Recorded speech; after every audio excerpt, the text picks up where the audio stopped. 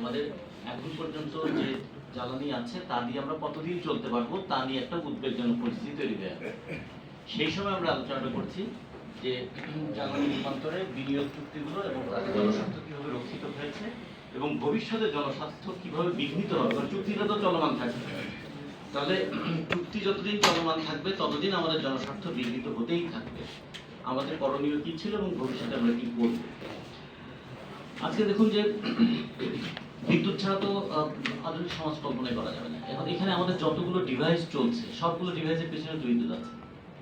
এখন একটা mobile recharge করতে গেলেও যদি 0.2 ইয়ে লাগে ওয়াট বিদ্যুৎ লাগে, সেই হিসাব করে শুধু বাংলাদেশে যদি 18 কোটি মোবাইল সেট থাকে, 18 কোটি মোবাইল সেট চালু করতে গেলেও চালু রাখতে গেলেও কি পরিমাণ বিদ্যুৎ লাগে। ফলে বিদ্যুৎ আমাদের জীবনের সঙ্গে এখন এমনভাবে জড়িত হয়ে আছে যে যেটাকে আমরা কোনোভাবে অস্বীকার করতে পারবো না। একটা দেশ কতটা আধুনিক সেটা একসময় অনেক প্যারামিটার দিয়ে বিবেচনা করা হতো, এখন বিবেচনা করা হয় একটা দেশ কতটা আধুনিক সেটা বিবেচনা করা হবে সেই দেশের জনগণ কি পরিমাণ বিদ্যুৎ ব্যবহার করতে পারে। ফলে এটা যখন পারে, সেটা যখন নির্ধারণের একটা মাপকাঠি, তখন ওই বিদ্যুৎকেই দিয়ে জনগণকে জিম্মি করাটা এখন সবচেয়ে সহজ কাজ। কারণ বিদ্যুৎ তো লাগবেই, যেহেতু লাগবেই, যা মানুষের সবচেয়ে বেশি প্রয়োজন তার জন্য সবচেয়ে বেশি আয়োজন করা দরকার, যা মানুষের সবচেয়ে বেশি প্রয়োজন তার জন্য সবচেয়ে বেশি সুরক্ষা দেওয়া দরকার, যা না হলে মানুষের জীবন চলবে না সেটা মানুষের জীবনে সহজলভ্য করা দরকার। এই হওয়া উচিত ছিল নীতি, কিন্তু নীতিটা হয়েছে উল্টা, যে যা সবচেয়ে বেশি প্রয়োজন সেটা দিয়ে জিম্মি করে রাখবো, যে না কিনে যাবে কোথায়। মানে আমাদের সমস্ত পলিসিগুলো যেহেতু বিদ্যুৎকে ব্যবসার পণ্য পরিণত করা হয়েছে, এখন বিদ্যুৎ তো সেবা বা প্রাপ্তির বিষয় নয়, এটা হলো ব্যবসার পণ্য। ফলে ব্যবসাতে সর্বোচ্চ মুনাফাটা কেমন করে অর্জন করা যায় তার ক্ষেত্রে চুক্তিগুলোকে তারা কাজে লাগিয়েছে। এই জন্য বিদ্যুৎ ব্যবসায়ীরা তারা ক্রমান্বয়ে ফুলে ফেপে উঠেছেন, আর বিদ্যুৎ গ্রহীতারা তারা একটা নিঃশব্দ রক্তক্ষরণের মতো হচ্ছে। আমরা অনেক সময় টের পাই না, মাসের শেষে বিদ্যুতের বিল যদি আগে 1200 টাকা ছিল, এখন যে আগামী মাসে গিয়ে ওটা 1305 টাকা হয়ে যাচ্ছে, তারপরে মাসে যেটা গিয়ে 1500 টাকা হচ্ছে, আমরা কিন্তু টের পাচ্ছি না যে কিভাবে বিদ্যুতের জন্য আমার নিঃশব্দ বিদ্যুৎ খরচ হচ্ছে। তাহলে এইটার খরচের প্রভাব সমাজের কোথায় কোথায় পড়ে, জীবনের কোথায় কোথায় পড়ে, অর্থনীতির কোথায় কোথায় পড়ে। বিদ্যুৎ দিয়ে যে উৎপাদন হয়, বিদ্যুতের দাম বাড়লে উৎপাদনের উপর তার কি প্রভাব পড়ে।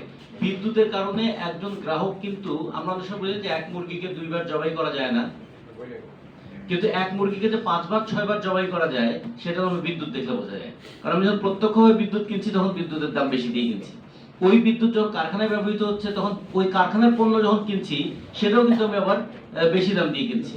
আবার ওই পণ্য যখন কিনে আবার ভোক্তার কাছে বিক্রি করতে নিয়ে যাচ্ছি, সেটার কারণে আবার ভোক্তাকে আবার বেশি দিতে হচ্ছে। তার মানে এটার যে কত ধরনের যে বহুমুখী প্রভাব বিদ্যুতের পড়ে। একটা সাধারণ গড় হিসাব ছিল বিদ্যুতের দাম 1 টাকা বাড়লে সামগ্রিকভাবে জনগণের উপর 5 টাকার চাপ তৈরি হয়।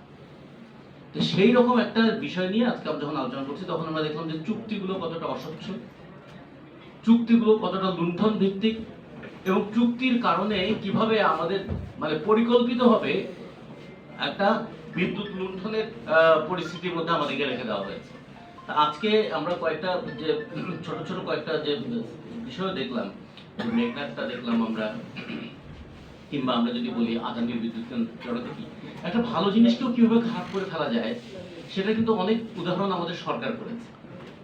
তাহলে অতীতের সরকার করেছে, তাদের কি আমরা বিচারের আওতায় আনতে পারবো?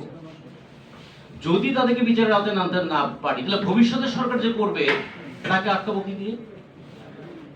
তাহলে আমরা ওইখানে পলিসির কথা বলছি। তাহলে জ্বালানি, যেমন ধরুন যে কোনো সন্ত্রাসের মূল কারণটা কি? সন্ত্রাসের মূল কারণ হচ্ছে সম্পদ লুণ্ঠন। তাহলে এই যে বিদ্যুৎ সন্ত্রাসে আমাদের উপর চাপিয়ে দেওয়া হচ্ছে, এটারও মূল কারণ কি? বিদ্যুতের কাছে বিক্রি করে টাকাটা নেয়। ফলে সন্ত্রাসীরা যদি অপরাধী হয়, তাহলে বিদ্যুৎ সন্ত্রাস সৃষ্টি করছে যারা, তারা কি তাহলে জ্বালানি অপরাধী হবে না? ফলে তাদেরকে জ্বালানি অপরাধী হিসেবে বিচার করার কথাটা দীর্ঘদিন ধরে আমরা বলে আসছি, এবং এটা প্রথম শব্দটা চালু করেছিলেন আমাদের শামসুল ভাই এবং আনু ভাইরাও এটা বলেছেন বহুবার। আমরা এইটাকে এইবার দেখতে চাই, অভ্যুত্থানের পরে, নির্বাচনের পরে যে সরকার ক্ষমতায় এসেছে, তারা এই জায়গা বিদ্যুতের ক্ষেত্রে এটা দেখুক যে জ্বালানি অপরাধীদের ছাড় নেই। এই জায়গায় আমরা একটু দেখতে চাই। আর একটা কথা বলে একটু শেষ করি, আমরা আর কত নির্ভরশীল থাকবো? আমাদের নিজের পায়ে দাঁড়ানোর কোনো জায়গা আছে কি? নবায়নযোগ্য বিদ্যুতের ক্ষেত্রে আমাদের ভাবনাটা কিরকম? যদি সৌরশক্তি আপতনের দিক থেকে চিন্তা করি, বাংলাদেশ তো সেদিক থেকে একটা রিসোর্সফুল জায়গা। কেন আমরা এখনো 2.5%-এর বেশি নবায়নযোগ্য জ্বালানিতে যেতে পারছি না?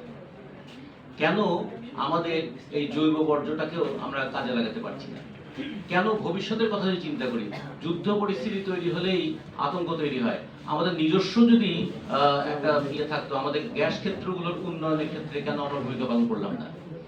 আমরা সবসময় অনুসন্ধান করি, উত্তোলন করার সক্ষমতা অর্জন করি, কিন্তু দায়িত্বটা দিয়ে দেই, বিতরণের দায়িত্ব বা ব্যবসার দায়িত্ব দেয় বিদেশি কোম্পানিগুলোকে। ভোলা গ্যাস ক্ষেত্র তার একটা অন্যতম নদী।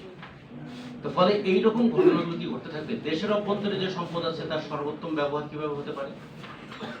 আর আমাদের যে নবায়নযোগ্য জ্বালানির দিকে আমাদের মনোযোগ কিভাবে হতে পারে? জনগণের কাছে এই মেসেজটা যদি পৌঁছে যায় যে আমাদের এখানে যে সিস্টেম লসের নামে সিস্টেমেটিক চুরি, এইটা বন্ধ করার ক্ষেত্রে উদ্যোগ কতটা নেওয়া হবে? নবায়নযোগ্য জ্বালানির ক্ষেত্রে সরকারের ভূমিকাটা কি হবে? সামনে বাজেট আসছে, এই বাজেটে এই ক্রাইসিসের মধ্যে ভবিষ্যতের ক্রাইসিস মোকাবেলা করার জন্য আমাদের বিদ্যুৎ খাতটাকে আমরা কিভাবে দেখব? আর অতীতে যে সমস্ত চুরি, লুণ্ঠনমূলক যে সমস্ত চুক্তি হয়েছে, সেই চুক্তির সঙ্গে জড়িত যারা, তাদেরকে কিভাবে আমরা বিচারের আওতায় নিয়ে আসবো, এই কথাটুকু বলে আপনাদের সবাইকে ধন্যবাদ জানাচ্ছি।